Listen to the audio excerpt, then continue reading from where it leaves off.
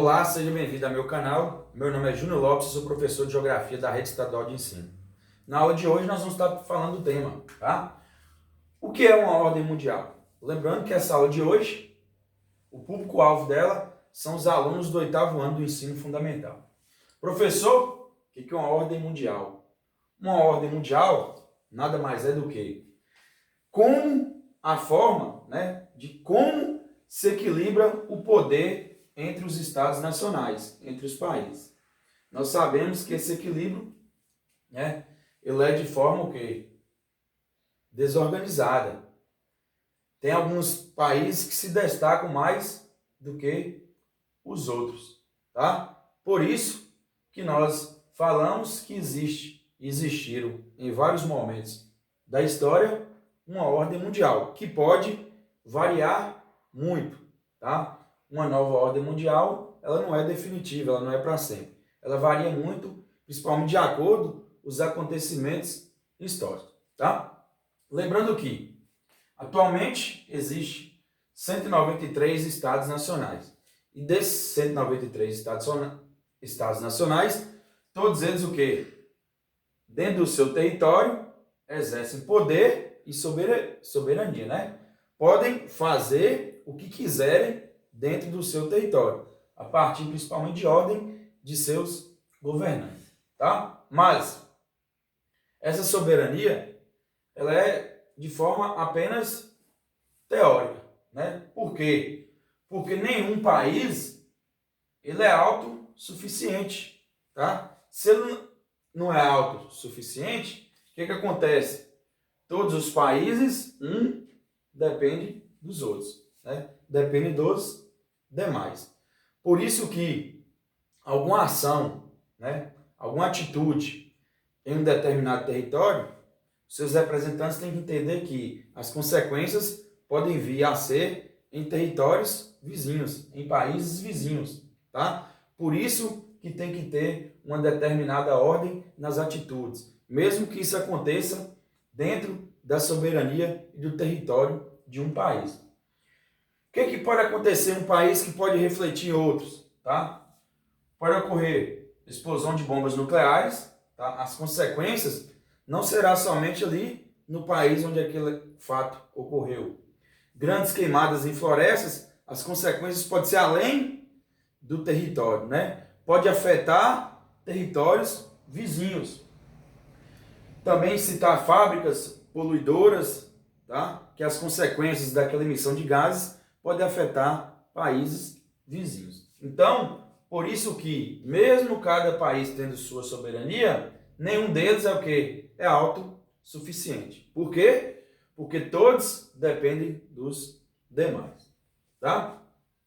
De acordo com essas características, cada um desses 193 estados nacionais, 193 países, nós vemos que tem desde países muito populosos, pouco populosos, países com grande crescimento econômico, países pobres, tá? Então, baseado em todas as características desses países, nós sabemos que os países não são iguais, existem muitas características, muitas diferenças entre eles. Então, nós podemos dizer o quê? Que existe uma hierarquia, Uns países têm o poder de influência, consequentemente, são mais o quê? Mais poderosos e caracterizam e são chamados de grandes potências, Alguns países se destacam mais do que os outros, seja no quesito militar, no quesito econômico, no quesito social, tá? Baseado nessa hierarquia dos países, ao longo do tempo,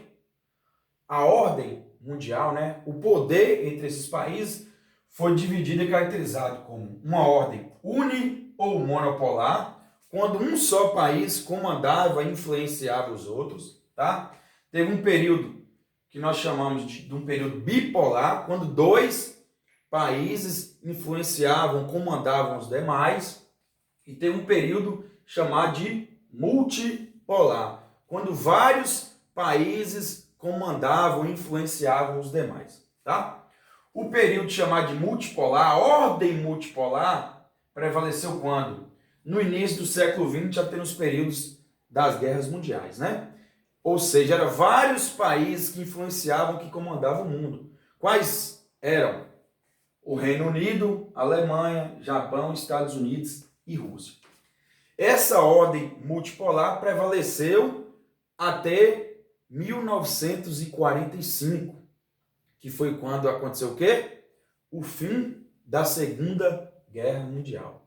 Com o fim da Segunda Guerra Mundial, muitos desses países, né, o Reino Unido, Alemanha, Japão, Rússia, por exemplo, já ou com as consequências das guerras, tanto da primeira quanto da segunda, ficaram muito arrasados, arruinados, principalmente economicamente. Tá? Então, eles deixaram momentaneamente de serem países, de serem grandes potências. Então, com as consequências da Segunda Guerra Mundial, duas superpotências surgiram para influenciar os demais países do mundo como grandes potências, tanto no quesito militar, no quesito político e econômico, que foram o quê? Os Estados Unidos da América e a URSS, União das Repúblicas Socialistas Soviéticas. Tá? Então, por isso que pós-Segunda Guerra Mundial nós poderemos citar o quê? Um mundo bipolar, dois polos de poder. Estados Unidos, que era o quê? Capitalista, né? E a União Soviética, que era socialista. Então, no período bipolar, também chamado período da Guerra Fria, né?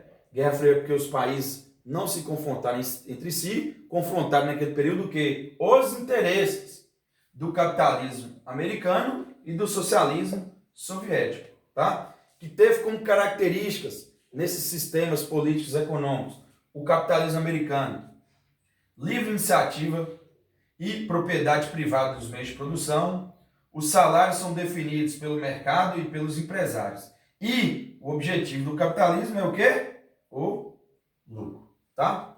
Contrário ao capitalismo, sistema da União Soviética, o socialismo, que tem cujas características o quê? Propriedade coletiva dos meios de produção, que quem controla é o governo. Aqui no capitalismo, quem controla é o quê? É os donos dos meios de produção, tá? Também, no socialismo, não há concorrência entre empresas, porque quem dita o mercado é o governo. O principal objetivo do socialismo é o quê? É diminuir as desigualdades sociais e oferecer oportunidades a todos os cidadãos, tá?